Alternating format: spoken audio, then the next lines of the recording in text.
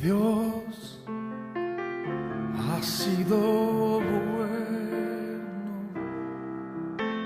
bueno es Dios. Los hermanos, muy buenos días. Gracias por acompañarnos a el culto de esta mañana. Quiero pedirle, por favor, que podamos abrir nuestras Biblias en 2 Corintios, capítulo 8, por favor. 2 Corintios, capítulo 8. Vamos a empezar en el versículo 1, por favor. En el versículo 1, la palabra de Dios dice: Asimismo, hermanos, os hacemos saber la gracia de Dios que se ha dado a las iglesias de Macedonia. Oremos, por favor. Padre Celestial, queremos darte gracias, Señor, por la bendición que nos das de poder tener este tiempo para poder aprender de tu palabra. Pedimos tu guía, tu dirección en el entendimiento y en la aplicación de tu palabra a nuestra vida. Oramos, Señor, en el nombre de Cristo Jesús. Amén. Muy bien, hemos llegado a nuestro sexto y último hábito, la bendición de diezmar. La palabra de Dios en el versículo 1, del versículo 1 al versículo 4, nos habla acerca de la generosidad de Dios. Usted puede observar en el versículo 1 que se habla de esta generosidad de Dios expresada, número 1, en la gracia de Dios. La gracia. Es Dios quien nos da su gracia. La gracia es un regalo no merecido. Esta gracia no es un concepto teológico nada más, es un regalo de Dios que transforma nuestra manera de vivir. Esta gracia que está dada a las iglesias de Macedonia no hace referencia a ese momento donde ellos llegaron a conocer a Cristo como Salvador personal, sino habla de la gracia que ellos recibieron en el día a día para vivir como a Dios le agrada. Pablo les escribe a los creyentes de Corinto para que ellos puedan ver el gran ejemplo de generosidad de las iglesias de Macedonia. Cuando decimos Macedonia, nos referimos a las iglesias de Filipos, Tesalónica y Berea. Pero todo empieza, esta generosidad de estos macedonios empieza con la generosidad que primero Dios les da a estos creyentes. Esta gracia dada por Dios llega a transformar la vida de ellos, y ellos pueden observar que esa gracia les da una nueva perspectiva en cuanto a los problemas. En medio de circunstancias y en medio de problemas, cuán importante y cuán necesario es que usted y yo tengamos una perspectiva distinta, diferente frente a los problemas.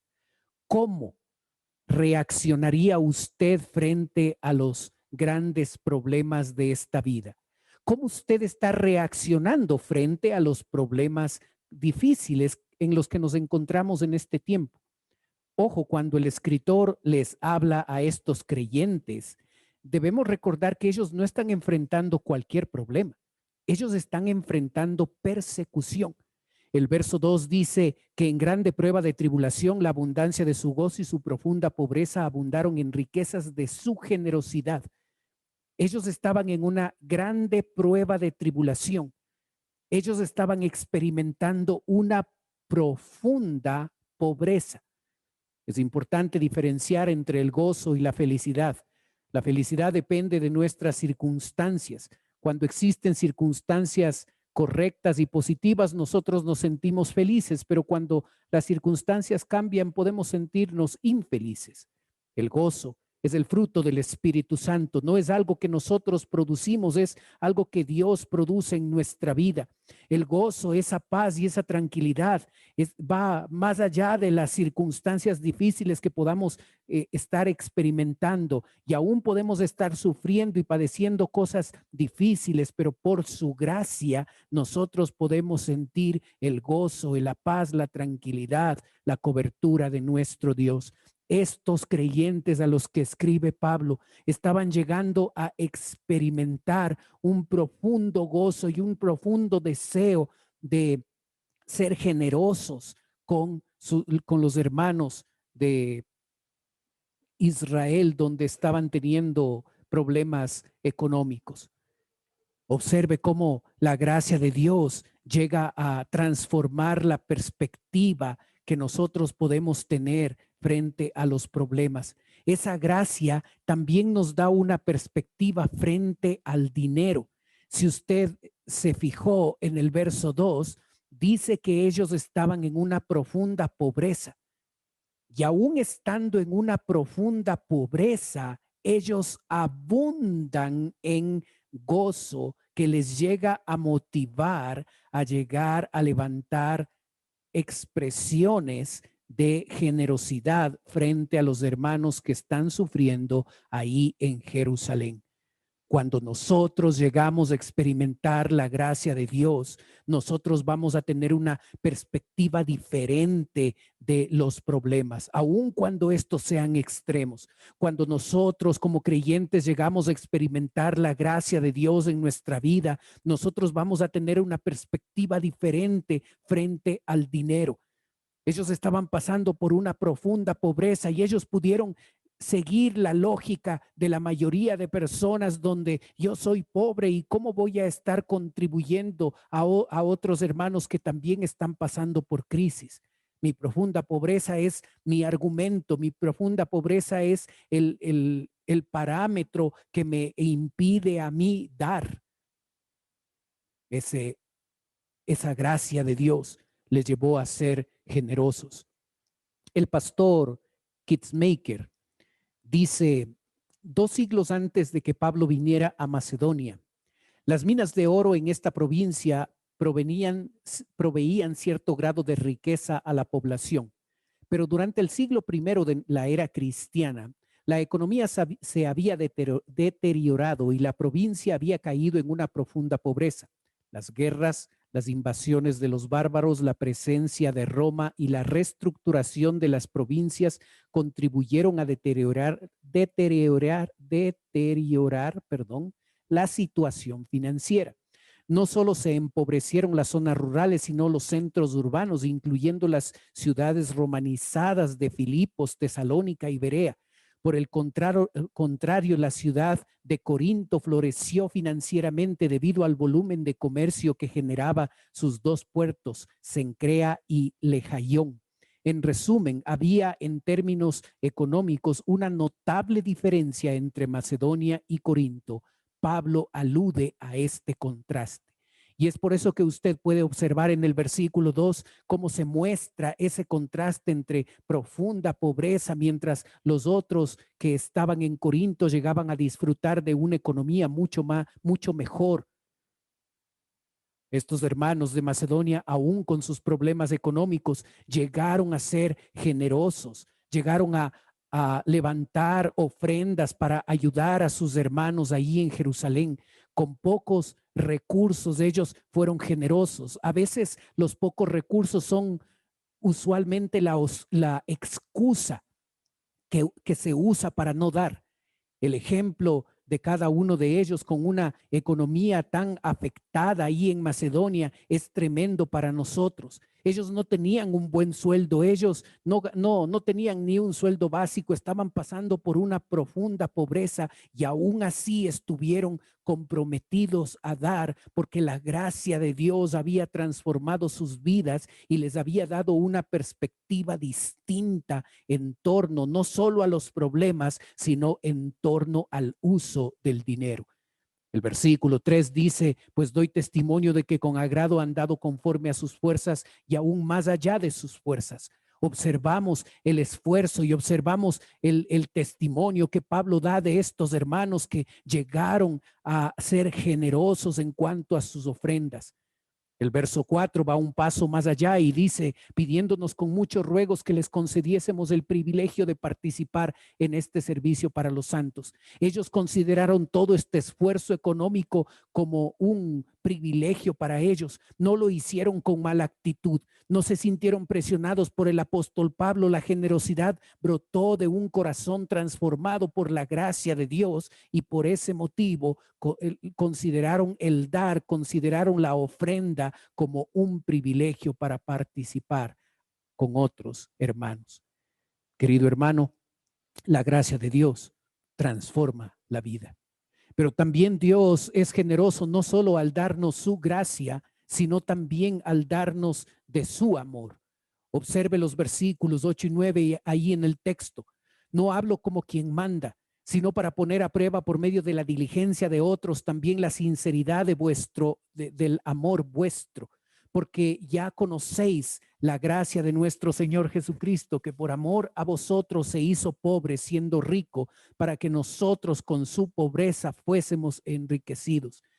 Nuestro Salvador expresó su amor al empobrecerse siendo rico para llegar a afectar nuestras vidas, para llegar a bendecir nuestras vidas. Dios se muestra como un ejemplo de amor cuando Jesucristo da su vida en el Calvario. Y es interesante cómo en el versículo 8 se muestra que esa sinceridad del amor de estos creyentes se iba a demostrar, se iba a poner a prueba a través de ese dar. Cuando nosotros damos, nosotros demostramos tener una perspectiva distinta del dinero. Cuando nosotros somos generosos con nuestras ofrendas, mostramos una perspectiva distinta en cuanto a los recursos económicos y en verdad mostramos que nuestro amor al Señor es grande, es sincero. Estamos copiando el mismo ejemplo y la misma generosidad que Dios ha tenido con nosotros al amarnos. ¿Sabe? El texto bíblico nos muestra también una tercera expresión de esa generosidad que Dios tiene para con nosotros. En el versículo 4 dice, pidiéndonos con muchos ruegos que les concediésemos el privilegio de participar en este servicio para los santos, en este servicio para los santos.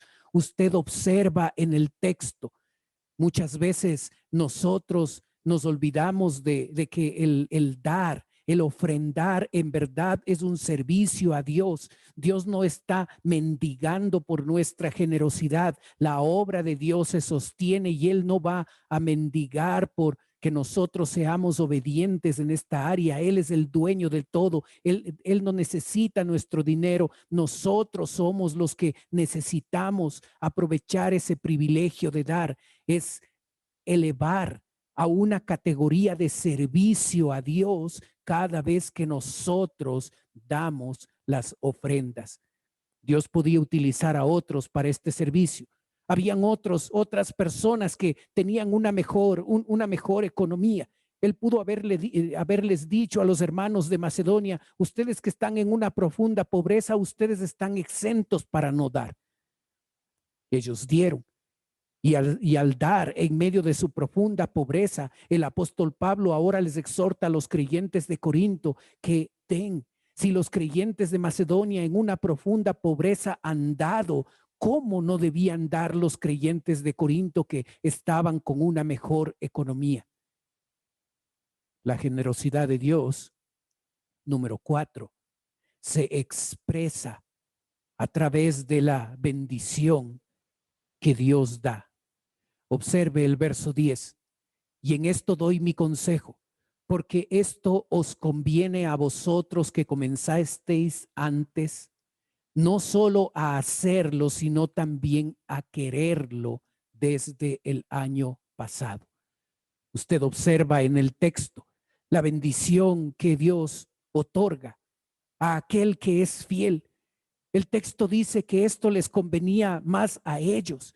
Y la verdad es que cuando uno llega a ser fiel en el dar, en la economía, puede observar que Dios está transformando la vida de manera tremenda, de manera radical, porque en el área de las finanzas es una de las áreas donde nosotros podemos serle infiel a Dios. Pero cuando Dios toca de tal forma la vida y transforma a través de su gracia la vida y nosotros no lo vemos como una carga, lo vemos como algo que nos conviene a nosotros dar. Sentimos el privilegio de poder dar a otros a pesar de nuestra limitada economía. Entonces hemos experimentado esa transformación y esa bendición de Dios en nosotros. Algunos llegan al extremo de decir que si damos a Dios, Él nos va a dar un carro nuevo, una casa nueva o las deudas van a terminar. Utilizamos a veces esto como una estrategia para manipular a Dios. Esto es incorrecto. La bendición en el dar tiene que ver con esa bendición que Dios obra, dándonos un trabajo, dándonos paz, dando tranquilidad, gozo y a su discreción. Él a veces también prospera económicamente. Si nosotros queremos desarrollar ese hábito de dar, necesitamos tener en claro que Dios primeramente ha sido generoso con nosotros. Él nos ha dado de su gracia. Él nos ha dado de su amor. Él nos ha dado la oportunidad de servirle. Él bendice nuestra vida cada día. Así es que cuando nosotros nos negamos a dar los diezmos y ofrendas, no somos congruentes con esa muestra de generosidad que Dios ha tenido a nosotros. El segundo principio tiene que ver con esa generosidad del creyente.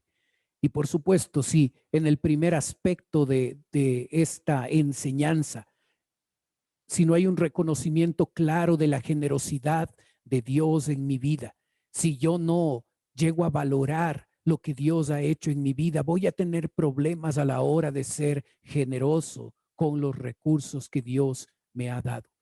En esta generosidad expresada por parte de los creyentes de Macedonia, el apóstol Pablo llega a enfatizar el hecho de que ellos, antes de ser generosos con su economía, lo primero que hicieron es consagrarse totalmente a Él. Observe lo que dice los versos 5 y 6. Y no como lo esperábamos, sino que asimismo se dieron primeramente al Señor y luego a nosotros por la voluntad de Dios. De manera que exhortamos a Tito para que, tal como comenzó antes, asimismo acabe también entre vosotros esta obra de gracia. Usted observa en estos versículos el hecho de que ellos se dieron primeramente al Señor. Generalmente cuando hay un problema en la parte de diezmos y ofrendas, el problema no está en el dinero, el problema está en la parte espiritual, donde nosotros todavía no hemos llegado a ese punto de ponerle a Dios en primer lugar, de dar toda nuestra vida, de consagrar toda nuestra vida al Señor. Y cuando esto no está presente, entonces las finanzas y el manejo del dinero va a ser un problema. Y voy a verlo como una pérdida, voy a verlo como algo que no debo hacer. Y por eso es que para aquellos creyentes que tienen problemas en esta área, el problema empieza no con una buena administración del dinero, el problema empieza con el hecho de que no se han dado primeramente al Señor, no han consagrado su vida a Dios. Pueden decir que aman a Dios, pueden decir que Dios es el más importante, pueden decir que por mucho tiempo conocen al Señor, pero en la práctica, si un creyente tiene problemas con la parte económica y no es fiel al Señor en sus diezmos y ofrendas, es un asunto de consagración. Si no estás consagrado a Dios, por supuesto, tu bolsillo tampoco está consagrado. Si tú y yo estamos consagrados a Dios en esta área de las finanzas, no habrá problema. Nosotros sentiremos el privilegio de poder diezmar, de poder ofrendar. Los versos 7 y 8 nos muestran a nosotros que esta generosidad se evidencia a través de ese crecimiento que Dios espera en nuestra vida. El verso 7 dice, por tanto, como en todo abundáis en fe, en palabra, en ciencia, en toda solicitud y en vuestro amor para con nosotros, abundad también en esta gracia. No hablo como quien manda, sino para poner a prueba por medio de la diligencia de otros también la sinceridad de vuestro amor. Hermano, tú puedes observar que no solo necesitamos crecer en fe, en palabra, en ciencia y en toda solicitud y en amor, sino también necesitamos abundar en esta gracia de dar. La fe, indispensable para ser salvo. La palabra, esa facilidad para compartir el evangelio, la ciencia, hace referencia al conocimiento y esa facilidad para aprender. La solicitud hace referencia a esa diligencia para hacer las cosas. Nosotros necesitamos estar creciendo en estas áreas, pero debemos recordar que necesitamos también estar creciendo en esta gracia de dar. Cuando hablamos de diezmos y ofrendas, empezamos con el 10%, pero realmente ese no es el parámetro donde empezamos y ahí vamos a terminar después de que el Señor nos lleve a su presencia. Debe ser un área como las otras áreas importantes que crece, que llegamos a dar más, que llegamos a experimentar el gozo de poder crecer en los diezmos y ofrendas. ¿Sabes? Los versículos del 11 al 15 nos muestra el peligro para ser generosos con Dios. Y observa algunos detalles interesantes en cuanto a esto. El verso 11 nos dice: ahora pues, llevad también a cabo el hacerlo, para que como estuvisteis prontos a querer, así también lo estéis en cumplir conforme a lo que tengáis. Rápido en querer, lento para hacer. Y ese es el problema con esta generosidad. Los creyentes de Corinto estuvieron inicialmente dispuestos, y Pablo aquí tiene que recordarles y tiene que animarles a que ellos no sean solo rápidos para querer y para ofrecer, sino lleven a cabo esos acuerdos, esas promesas que habían tenido. El verso 12 nos muestra a nosotros otro detalle en cuanto a este peligro. Nos dice: porque si primero hay la voluntad dispuesta, será acepta según lo que uno tiene, no según lo que no tiene.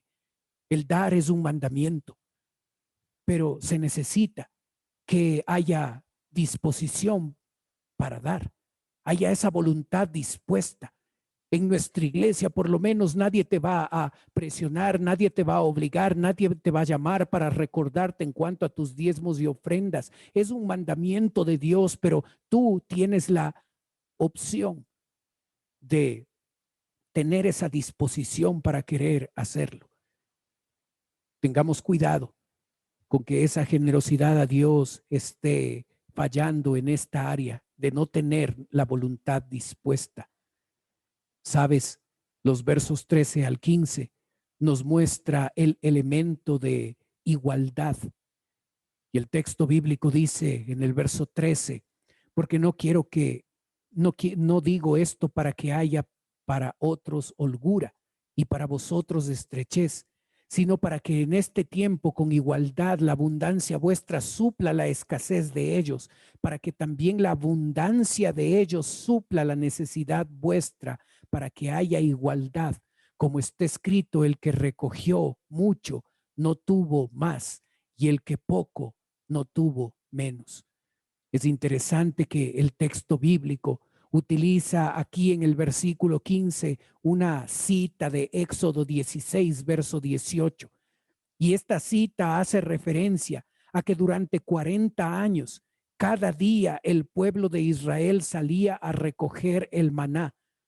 Aquellos que recogían poco, las familias pequeñas que recogían poco y suficiente para sus necesidades, eran suplidas. Aquellos que tenían familias más grandes cogían más y también sus necesidades eran suplidas. Dios es fiel al proveer.